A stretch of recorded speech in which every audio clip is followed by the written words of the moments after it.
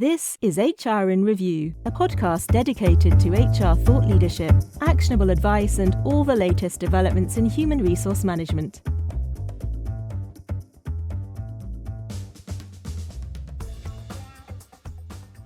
Hello and welcome back. Today we're talking about how HR teams can help their people deal with women's health issues. Ask the question because people will come forward, whether it be anonymous or not, but they'll come and share and explain about what they're living with, and also educate yourselves and to understand a bit more about what's going on. We'll also be looking into how to put employees in charge of their own well-being in the workplace. There's definitely a general trend though of people talking about this more, making it a board level priority and setting aside significant budget because they realise the business cost and also the moral implications of investing in employee wellbeing. But before that, I'd like to introduce you to Susan Thomson, one of the founding members of Love Your Employee, which is a startup dedicated to employee wellbeing. Susan started her career in the financial services industry. For the first 28 years, she worked for two large blue-chip companies.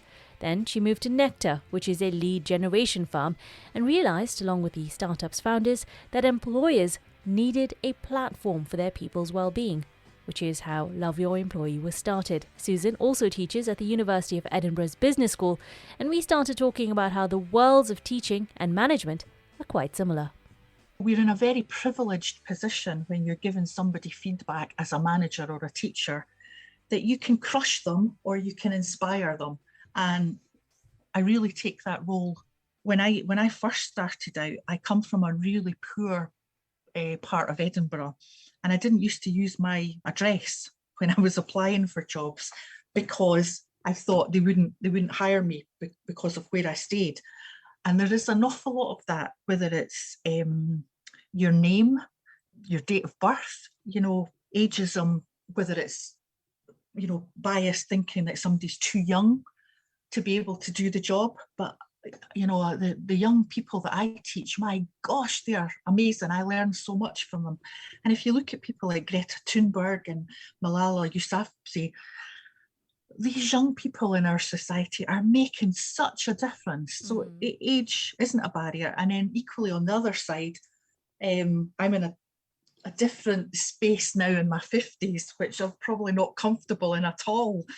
But you have people, if I take the NHS sector alone, you have people like Beryl Carr, who was bored and started volunteering in her 80s. She now works within the NHS and she's 100. And you have a nurse, Monica Bullman, 66 years as a nurse, and she only retired when she was 85. So I think I've learned in my career the age bias. Wow, it's such a debilitating thing. I see people as onions, and they've got layers of things to offer that you don't see from a CV or from a very start of a relationship. But with nurturing, those layers become really powerful things that they can have as individuals.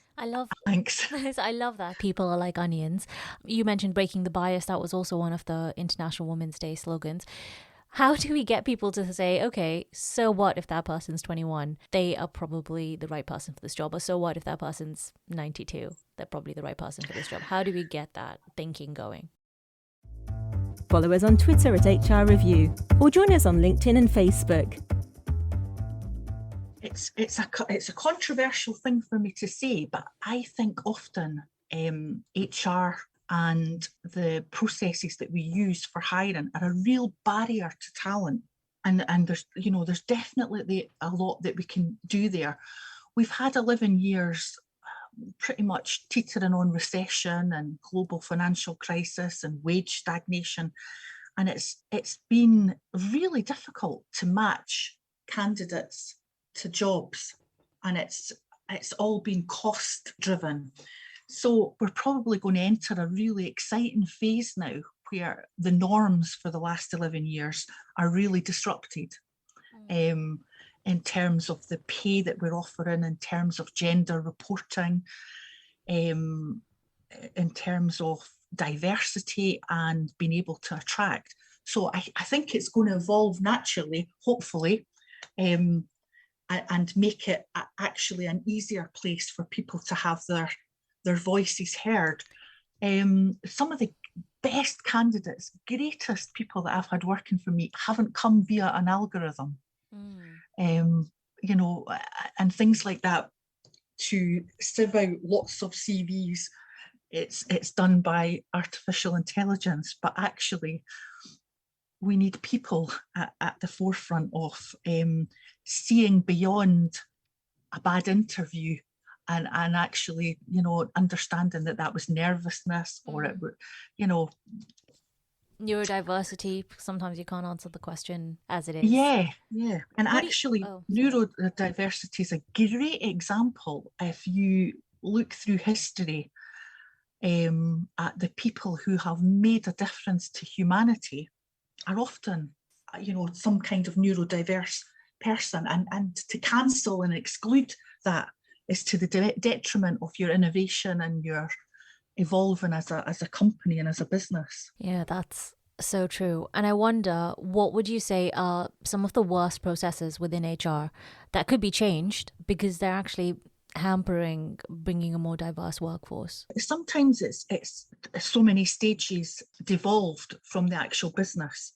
So, you know, you're using agencies who are using an agency, and often our websites and things say one thing, that this company is this, that, and the other, but that's not the experience when somebody starts. And it's because there's so many people in the process. Somebody has taken 5 minutes to write a role profile, which doesn't actually reflect what the job is, and they've handed it on to a company that, you know, their procurement process only allows them to deal with a couple of agencies. That agency's maybe gone out and sourced somewhere else. They have taken 80 CVs and narrowed it down to 4 or 5. And somewhere in the pool of that 80 is actually the star that you need. And it might not be in the 4 or 5. Yeah. And the 4 or 5 have fit the bill in terms of they've ticked boxes or they've got the right scoring. But actually it's so devolved from the talent that you need for the job. So actually we've done a story on this on HRreview recently, because we talked about how people should be ditching the whole CV and interview process, and it should be more skills based.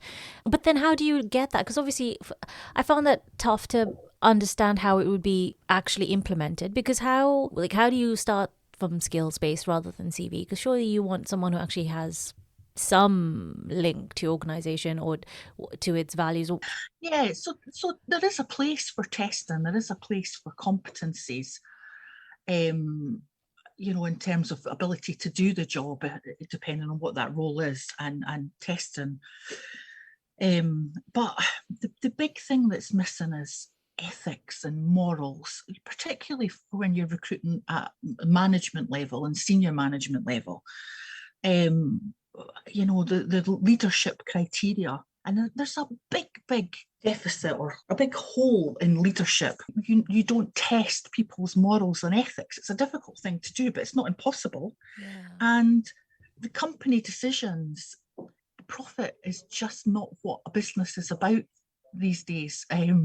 Their role in society, the bigger picture on what they contribute. If you're only going to employ on the basis of being able to make money, then we're never going to sort the climate issues, you know, the bigger things that face us in society. There's real room to innovate. Tweet at HRreview. And actually the other thing that we talk about a lot is that most people want to work for companies that are sustainable, and actually Gen Z would rather not work for a company if it did not have sustainable practices. Yeah, what it tends to be in an interview process is maybe the 10th competency on a box, you know. Yeah. But it should be much higher up. It should be a much higher priority. Millennials and Gen Z are here. They're in our workforce. And, you know, that's who they want to work for.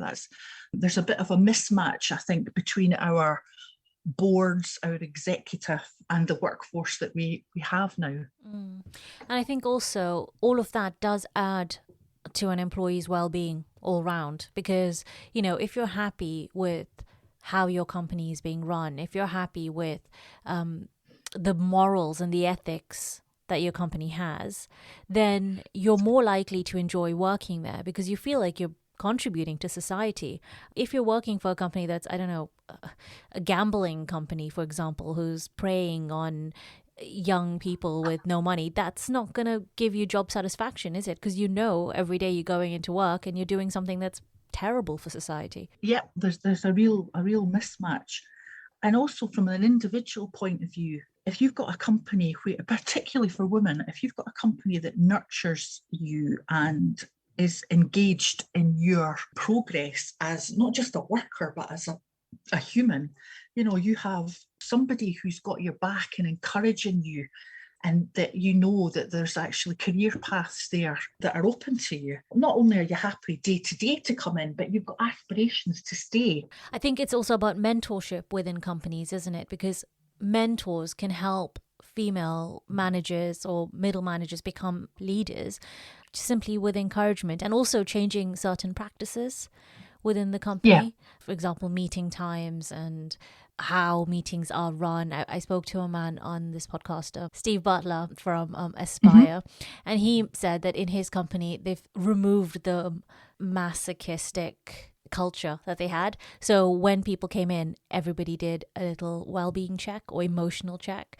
And so everybody talked about their own personal experiences rather than making money or competition with another employee. Everybody just had to come down to a very, very emotional level. And once they started doing that, it became much better for people from diverse backgrounds, became better for women, because they didn't feel like they were in this, male-oriented environment. They felt like they were able to say, well, I had a bit of trouble with my kids at the weekend. Or a man was able to say, I had a bit of trouble with my kids at the weekend. Or, someone could say that their mum was ill or something, And it was just actually really, really good for the whole company to know what each person, what their one difficult thing that week was, so that they could understand more. And then it just made it a much more empathetic place. And that's a massive shift. So I've had an almost 40-year career.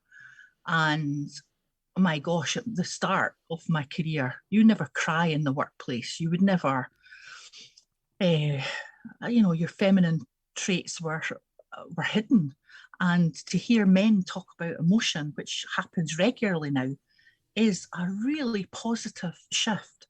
To talk about menopause, real life things that happen to us. It's a completely different place from when I first started work, which is great.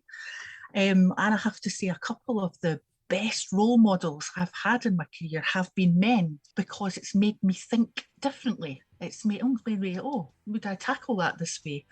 And it's not everything that they do isn't wrong, everything that we do isn't right. And I think this working together has happened over the last 20, 30 years, and particularly in the last 5 to 10 years. There's a massive shift. There is, organisations are much more diverse, and it's for the better.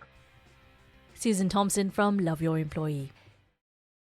If you have any comments on the HR in Review podcast, would like to suggest a topic or speaker, or provide other feedback, you can contact us using the email podcast@hrreview.co.uk. We look forward to hearing from you. Now, my next guest is Francesca Steyn, who started work as a fertility nurse at a clinic in London. After almost 20 years there, Francesca wanted to move out of the private sector and joined Peppy just over a year ago. She's thriving, she says, by creating real solutions for people who are dealing with infertility and menopause.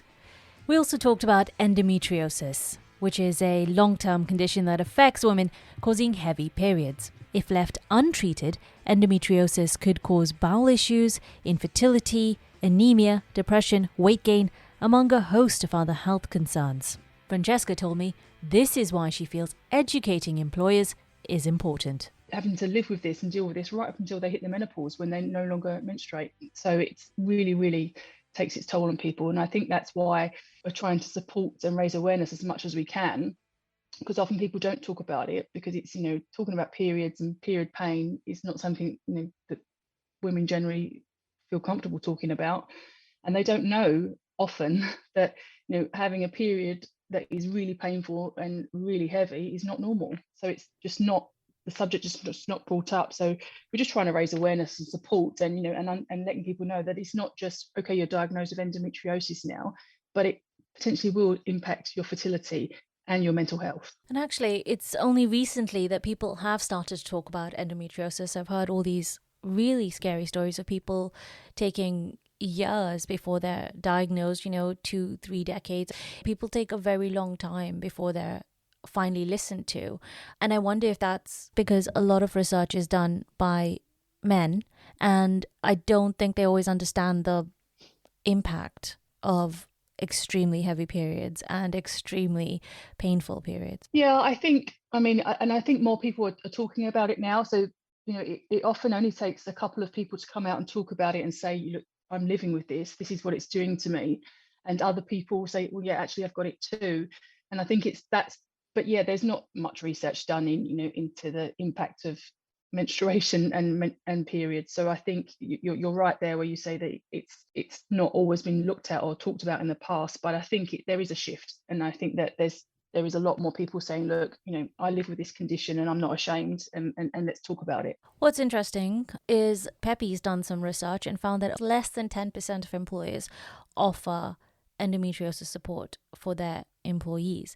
How can that possibly be? I mean, it's a condition that people say is like cancer. It ravages your body. So what is stopping employers from making that leap to supporting their employees with this condition? I think there's two things here. I mean, you're right when you say it's a condition that's similar to cancer. It completely can impact the pelvic cavity, and it's incurable, and you often need surgery to treat it or manage it.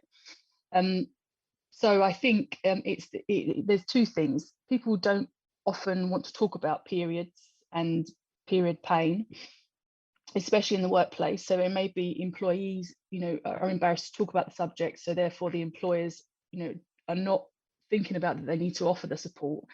And again, it's, I think with the employers itself, there's not much support around there, because again, it's a subject that not many people want to talk about. And I think men feel uncomfortable talking about periods for sure. And I think we've seen that in some of the data and some of the studies that we've done, is that men don't feel comfortable talking about periods. So if you've got a male line manager or a male dominated business, then it might be that the subject of painful periods and endometriosis is not broached. So therefore, there's not that many organisations that will be supporting conditions such as endometriosis.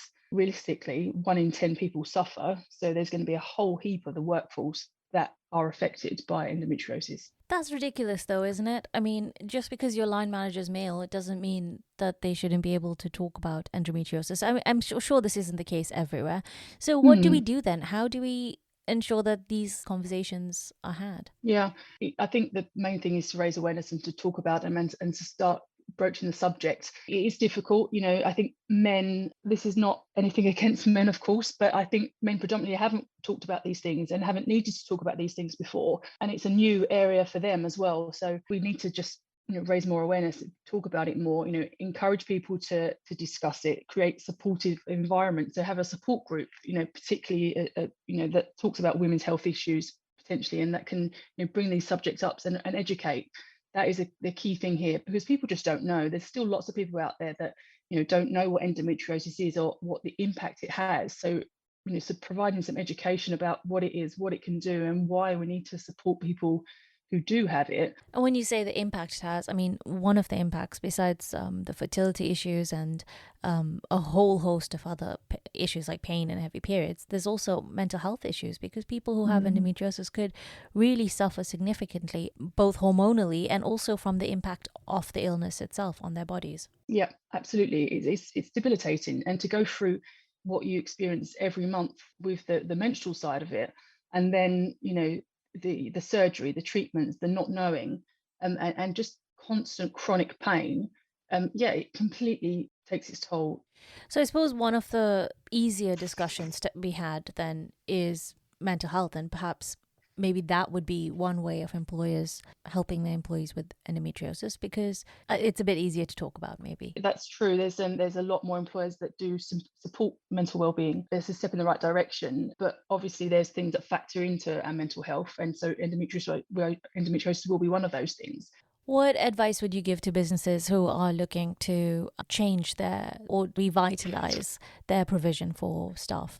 I think, generally the first thing is, ask your staff. We see it all the time. If you ask the question about, what would you like to see, or what is affecting you, and it can be anonymous, and finding out what it is that the workforce needs, and having these education and awareness sessions. So understanding these conditions, knowing a bit more about them, and realizing actually what they do and the impact they have, it can really help. And then it can help, you devise some sort of policy, or workplace policy, or in workplace environment that is more supportive of certain conditions. But I think ask the question, because people will come forward, whether it be anonymous or not, but they'll come and share and explain about what they're living with, and also educate yourselves and to understand a bit more about what's going on, because there's so many things out there that impact. And actually there is quite an easy fix, is just to be a bit more supportive and have flexible workplace environment can really, really help.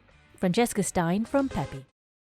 Why not subscribe to the premium version of HR in Review? You'll get ad-free content, early and extra episodes and more. Even better, although it's the premium edition, it's absolutely free. Sign up at hrreview.co.uk/podcast. Now let's hear from Harry Bliss. He founded his wellbeing company in 2018 when he was just 23 years old.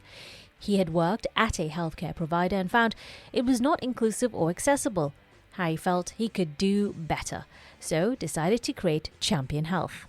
Harry was mentored by a friend who was a global director at a FTSE 100 company, but 6 months into Champion's creation, Harry's mentor took his own life, which Harry says stemmed from workplace stress.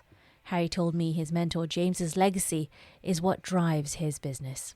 So that's a part of our process as well. So we build wellbeing strategies for the organisation. A part of that is the CEOs making a pledge to their team and the leadership board signing up to a pledge that they're really going to drive positive wellbeing across the workforce and listen to their employees when it comes to their wellbeing needs. So you're absolutely right there that is vital, and that's a big part of our process as well around that cultural shift. As well, you mentioned one-to-ones. So we train up teams in how to have the one-to-ones, and we also measure whether they are having one-to-ones and how effective they can be. And then the final thing that you mentioned is that training for employees, for leadership, for line managers. And again, within the leadership hub, there's a specific section which is around training from handling conflict at work through to supporting employees through the menopause, how to and how not to have a conversation around mental health, for example. And we also have live sessions at Champion.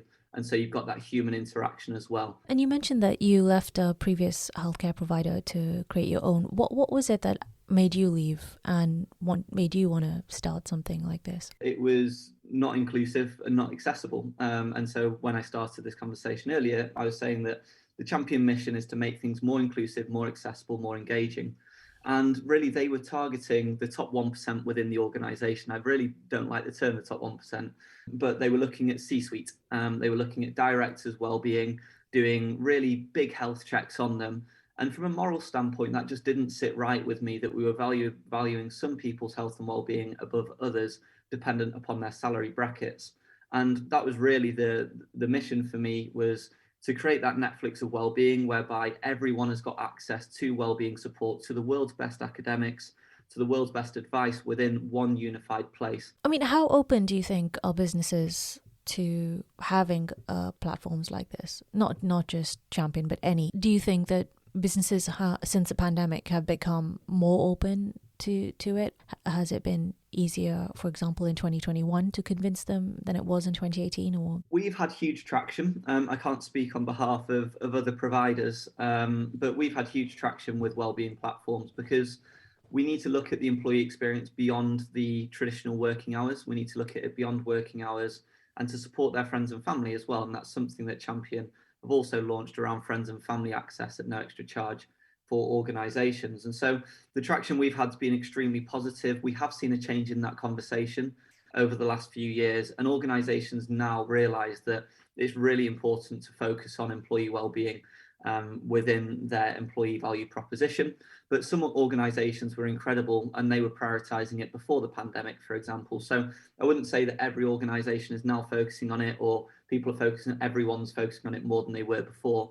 There's definitely a general trend, though, of people talking about this more, making it a board level priority and setting aside significant budget, because they realise the business costs that we went through earlier, and also the moral implications of investing in employee wellbeing.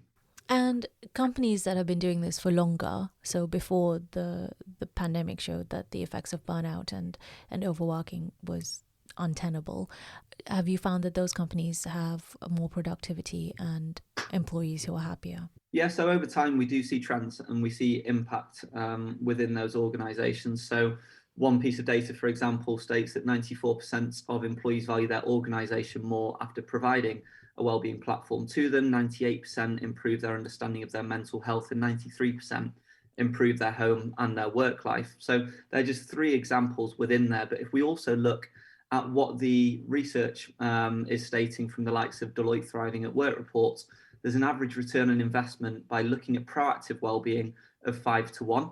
There's an average return on investment if you look at organisational wellbeing of 6 to 1. And if you look at reactive wellbeing, it's 3 to 1. So all of those 3 areas should yield a positive return on investment off the back of what the research is all stating at the moment. And you said that previously one of the companies that you were working with was focusing on C-suite and ensuring that their health and well-being was better based on their salaries, etc. What methods do you use to convince them that, everybody deserves this? I hope that we don't need to convince anyone as much as anything, because surely it's something that as a director, as a CEO, as a HR director, we know that it's the right thing to do. So there shouldn't need to be a huge amount of convincing with this. But again, going back to that moral case, the legal case, the business case, it all stacks up within there. And so I think just putting together that point of view to your fellow board members or to your colleagues is a very powerful position to sit within. And for me, again, it just comes back to predominantly that moral and social case of it's the right thing to do for our employees, and that will then lead to really positive impacts of reduced staff turnover, of improved retention, aiding recruitment strategies, all the way through to enhanced productivity as well. And recently you've done some research around employee burnout and mental health. Can you tell us a little bit more about that? Yeah, so our annual flagship report went live earlier this week, and it's been downloaded by thousands of HR directors, which has been incredible. And it's data that like we've never seen before. And so data from hundreds of organisations looking at, again, all areas of their well-being, from mental health all the way through to sleep, the impact that sleep is having on performance, all the way through then to musculoskeletal health, for instance. And it's all data from the last year, so it's very up to date within there. And it can really help organisations start to see trends within other workforces, for example. So one of the big areas that's been fascinating is looking at what employees want to change as a first. So we know that 94% of employees want to make health changes, which is quite remarkable, first of all. But the changes aren't always to mental health, and the majority of our budgets are being allocated towards mental health. The top 3 is their energy levels and levels of tiredness, their activity levels, and their managing their weight status as well. So it's really important to look at the employee wants within there. But then if we correlate that with what employees need as well, and what they're saying is impacting their day-to-day productivity, it's areas such as tiredness and lethargy that are the major areas, and burnout, for example. So again, a lot of this data, there are thousands of pieces of data that we've collated, and you can access that all through the Champion website in the Insights section. It is a long read, but you can get to sections very quickly. If you're wanting to make a case around musculoskeletal health or mental health, you've got all of that first-party data within this flagship report. And finally, I found that quite interesting that most people felt energized to work at 20 past 10 and were least energized at 3:30. And we have been learning quite a lot about flexible working and how it's quite beneficial to just let people work when they feel like it. What are your thoughts around that? So it depends on the organisation and where the organisation wants to progress. For us, for me as a CEO, we want flexible working, but for some organisations, it doesn't work that well. So it is very much, it's not a one-size-fits-all approach. It's depending upon what employees are requiring and how that's going to impact upon the business performance going forwards as well. But what the data is showing, as you say, 20 past 10 is when people are most productive. So if we can block out those times to do the really important tasks and that deep work that we know is then going to yield huge returns in terms of productivity, that's something that we would strongly encourage. And then looking at 3:30, for the things that actually encouraging walks, for example, at those times to reduce the lethargy, but also to have the meetings that aren't absolutely essential and you're making big calls at 3:30, because we know we're having slumps within the workforce then. So looking to just create a daily architecture for people and for our environment and our culture around the times when people are most productive versus when people are most fatigued is absolutely vital as well. Oh, I find that quite interesting. So you could have walking meetings at 3:30. So it's a double whammy. Exactly that. So that's what I do personally. May not work for everyone, but we also may look to just encourage nutrition plans, for example, for individuals and put recipes in front of them to try out for lunch, or raise the awareness around that, because often our lunches contain white bread. We know that white bread leads to slumps in the afternoon and productivity losses. So there are some really small things that we can do around education and awareness. And there are some big things as well that we can do around constituting walking meetings or moving meetings, we'd rather say, to be more inclusive as well. That was Harry Bliss, the CEO of Champion Health. Now, my friends, that is all we have time for today, but I hope you've enjoyed listening to my guests as much as I love talking to them. Most of all, though, I hope you learned something today. The HR and Review podcast is brought to you by HRreview.co.uk. HRreview.co.uk is a website dedicated to human resources and related professionals. News items are posted daily together with analysis looking in depth at topical HR issues. You can sign up for our range of specialist newsletters at hrreview.co.uk/sign-up and follow us on Twitter at HRreview, or join us on LinkedIn and Facebook. Thank you for listening.